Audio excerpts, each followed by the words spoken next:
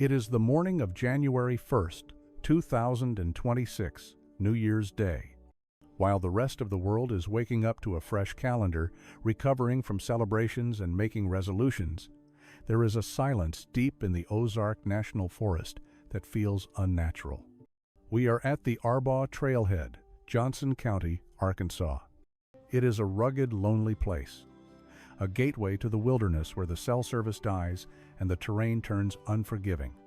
There should be nothing here but frost on the ground and the sound of the wind cutting through the limestone bluffs.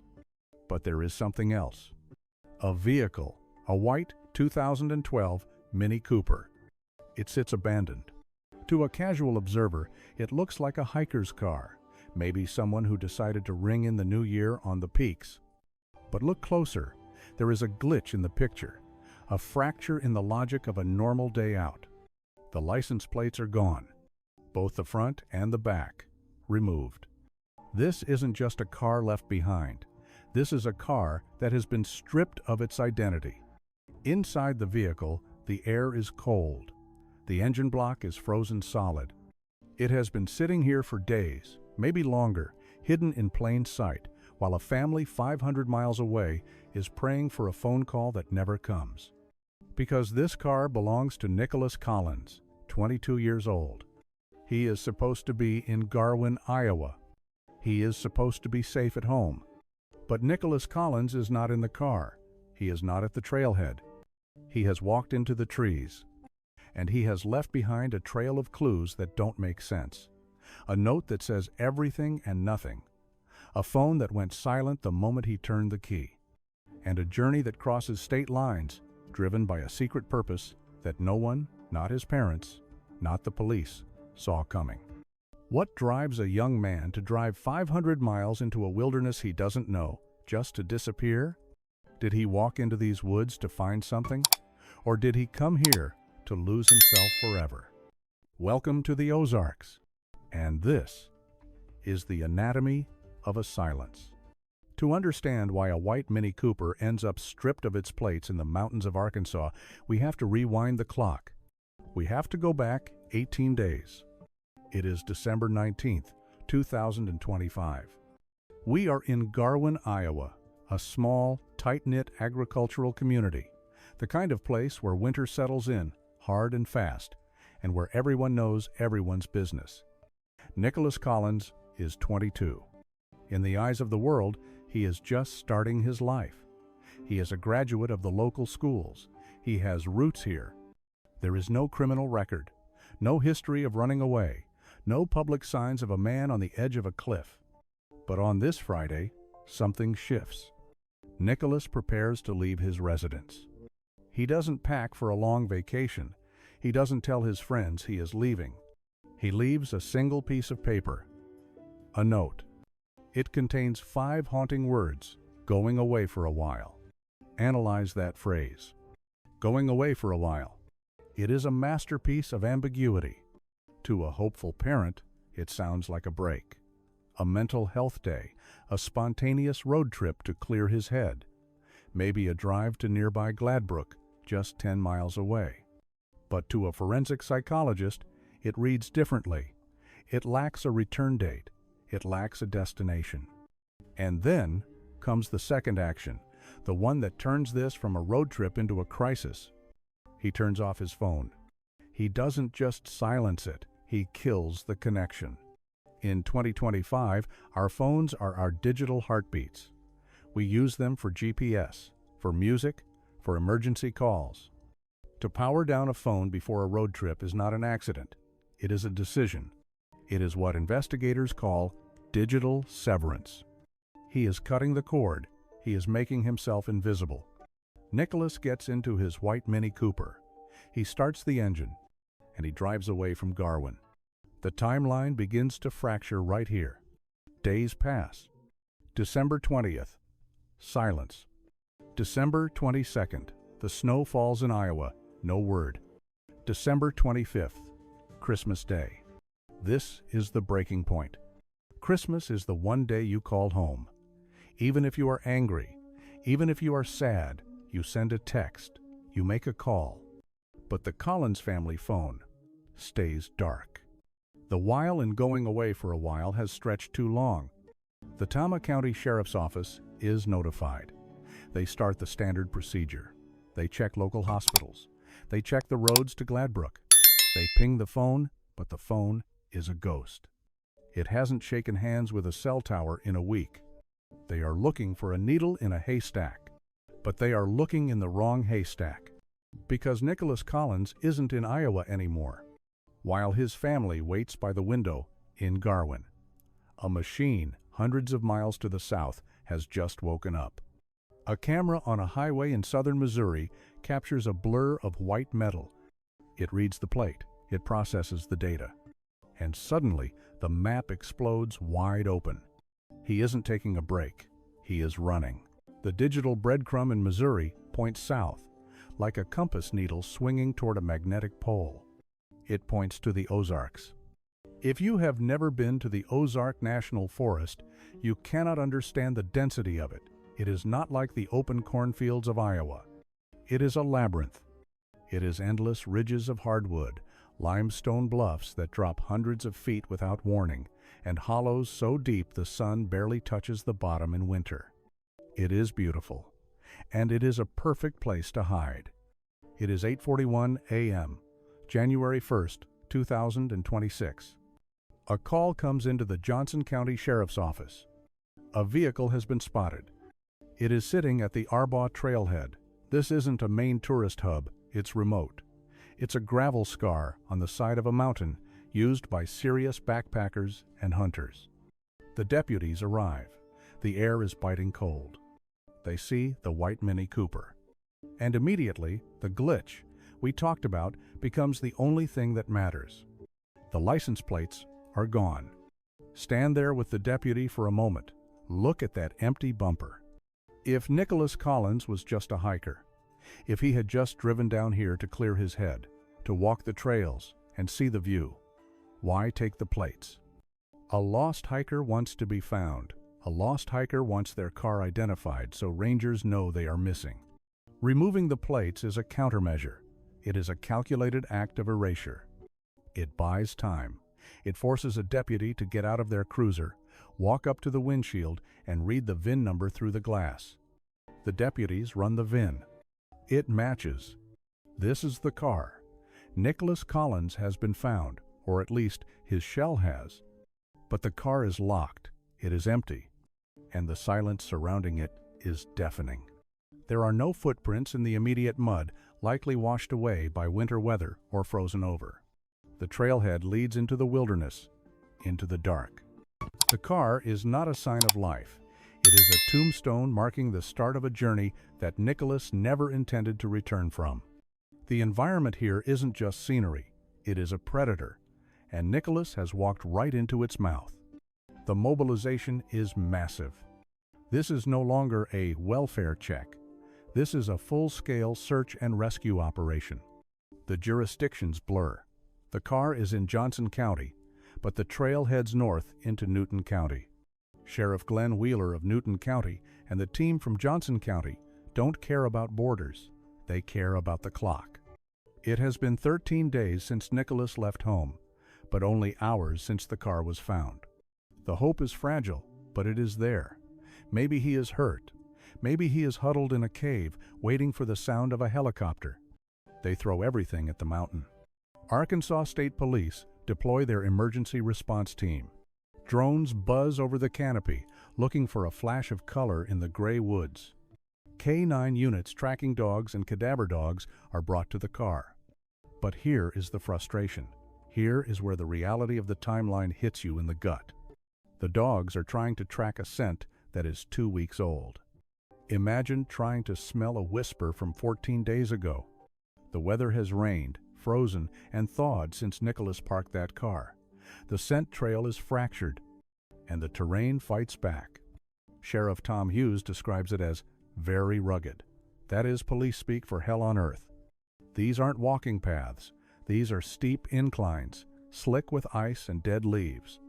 Searchers are slipping, sliding, covering 1,700 acres of ground that wants to break your ankle with every step. 40 people, 40 pairs of eyes scanning every bush, every ravine. Day 1 passes. Nothing. Day 2, nothing. Day 3. The optimism begins to bleed out. The red herring in this case isn't a suspect. It isn't a mysterious stranger. The red herring is the car itself. The car sitting there gave everyone hope that he was close, that he was just right there. But as the search radius expands 1 mile, 1.5 miles, the team begins to realize the truth. This wasn't a casual walk. Nicholas didn't trip and fall near the trailhead. He hiked with purpose. He hiked with determination. He went deep. And he wasn't trying to find a view. He was trying to find a place where the world couldn't follow him. By January 5th, the question shifts. We aren't asking, where is Nicholas Collins anymore? We are asking, why did he walk this far? And what is waiting for us at the end of that 1.7-mile trail? It is Tuesday, January 6th, day 6 of the active search. The team is exhausted. Their legs are burning. They have been fighting the Ozarks for nearly a week. They have pushed past the 1-mile mark. They are now deep inside Newton County. The terrain here isn't just steep, it is vertical. You don't walk here, you climb. And then, a radio crackles. An Arkansas State Trooper, part of the emergency response team, stops. He sees something that doesn't belong in the brown and gray palette of the winter forest. He has found him. Nicholas Collins. He is 1.7 miles from the car. That number 1.7 miles sounds small on a highway, but in this terrain, that is an odyssey. That is hours of grueling hiking. Nicholas didn't just wander off. He hiked until he couldn't be seen. He hiked until the silence was absolute. The discovery brings a sudden, crushing finality. The hope of a lost hiker evaporates instantly. But the mission isn't over. Now, the carryout begins. Sheriff Glenn Wheeler looks at the map. He realizes the logistical nightmare they are facing. It takes 40 people, 12 different agencies. They have to rig rope systems. They have to pass the litter, hand over hand up the slopes. It takes hours of sweat and muscle to bring Nicholas back to the road. It is a somber procession. 40 strangers working in unison to bring a boy from Iowa back home. They carry the weight of his body, but they also carry the heavy question that hangs in the cold air. Why here? Why this far? The scene is secured. The forensic team moves in. And very quickly, the story of what happened on that mountain clarifies into a single tragic narrative. There is no second set of footprints. There is no sign of a struggle. There is no predator lurking in the bushes. The cause of death is a gunshot wound, self-inflicted. The authorities, Sheriff Wheeler, Sheriff Hughes, they confirm it immediately. No foul play. Authorities state that there is no evidence of a crime committed against Nicholas. All available evidence is consistent with a self-inflicted act. Now, we have to look at the evidence through a different lens, the lens of intent. Remember the license plates? Investigators believe the missing plates were not intended to conceal a crime, but may have been meant to delay identification of the vehicle. He knew that if a ranger scanned that plate on day 1, they would knock on the window. They would ask if he was okay. They might have called his parents. Removing the plates would have had one clear effect. It bought time before the vehicle could be immediately identified. And the 1.7 miles? From a behavioral analysis standpoint, this detail stands out. Suicide is often impulsive, but this was a deliberate final journey. He walked past the easy spots. He walked past the places where he could be found. He hiked deep into the Newton County line because he wanted two things: isolation and a view. He wanted his final moment to be his own. It is a heartbreaking paradox. The level of planning the note, the phone, the drive, the plates, the hike, shows a mind that was sharp, focused, and determined. He used all of his intelligence, all of his capability, to orchestrate his own end. The glitch in reality wasn't supernatural. It was the devastating precision of human despair. When a 22-year-old vanishes into the woods, our minds naturally race to find an answer that makes sense. We want a villain. We want a mistake. In the case of Nicholas Collins, we looked at three possibilities. Point 1. The accident. This was the hope, the idea that Nicholas was just a hiker who slipped. He loved the outdoors. He knew the Appalachian Trail. It is logical to think he came to the Ozarks for the challenge, misjudged the terrain, and fell. But the evidence destroys this. Hikers don't remove their license plates. Hikers don't leave notes saying, "Going away for a while." Point 2. The crime. The foul play theory. Was he lured there? Did he meet someone in that parking lot? The internet detectives love this angle. It's scary, but it's solvable. But look at the forensic reality. The gun was his. The wound was self-inflicted. There were no defensive wounds, no signs of robbery. The forest was empty. The only person Nicholas was fighting was himself. Point 3. The darkest truth. The intent. This is the hardest one to accept. We want to believe that survival is the strongest human instinct. We want to believe that if he hiked 1.7 miles, the fresh air, the exercise, the beauty of the Ozarks would change his mind. We want to believe the walk would save him. But in this case, the distance itself became part of the danger. He didn't go into the woods to get lost. He went into the woods knowing that help would not reach him quickly. This triangle collapses into a single point. It wasn't an accident. It wasn't a murder. It was a tragedy of the mind. But before we close this file, there is one detail that haunts me. The phone. Remember, he turned it off on December 19th. For 18 days, it was silent. When they found his body, they likely found the phone. And here is the question that keeps investigators awake at night. Did he ever turn it back on? In those final moments, sitting on that ridge, looking out over the valley, did he power it up one last time? Did he type a text message he never sent? Did he look at photos of his family? Or did he leave it black? We don't know. The police report doesn't say. But that unanswered question may be the most haunting detail of all. It represents the total commitment to silence, to turn off the world and never let it back in. The helicopters have landed. The dogs have gone home. The white Mini Cooper has been towed from the Arbaugh Trailhead. Silence has returned to the Ozarks. But in Garwin, Iowa, the silence is different. It is the silence of an empty room. Nicholas Collins is gone. But his story leaves an echo that vibrates through 2 states. Think about the 40 people, deputies, volunteers, forest rangers who climbed that mountain. Strangers who risked their own safety, slipping on ice, tearing through thorns, just to bring a boy they never met back to his family. Sheriff Wheeler called it a mission with no egos. It is a reminder that even when someone chooses to walk away from the world will still try to bring them back. Now, I turn the file over to you. We have analyzed the timeline, the 500-mile drive, the removed plates, the 1.7-mile hike. This case is officially closed as a suicide. The police have done their job. But the psychological mystery remains open. Why do so many young men choose the wilderness for their final act? Is it a desire to return to nature? Or is it a belief that the forest is the only place big enough to hold their pain? Leave your thoughts in the comments below. Do you believe the removed plates were a sign of fear or a sign of mercy, trying to spare his family the pain of finding him too soon? Discuss it respectfully, because we need to understand the signs before the next car is found abandoned at a trailhead. The disappearance of Nicholas Collins was not a crime story. It was a story about the distance between people. He drove 500 miles to get away. He hiked 1.7 miles to be alone. But in the end, he proved the opposite of what he intended. He proved that you cannot truly disappear.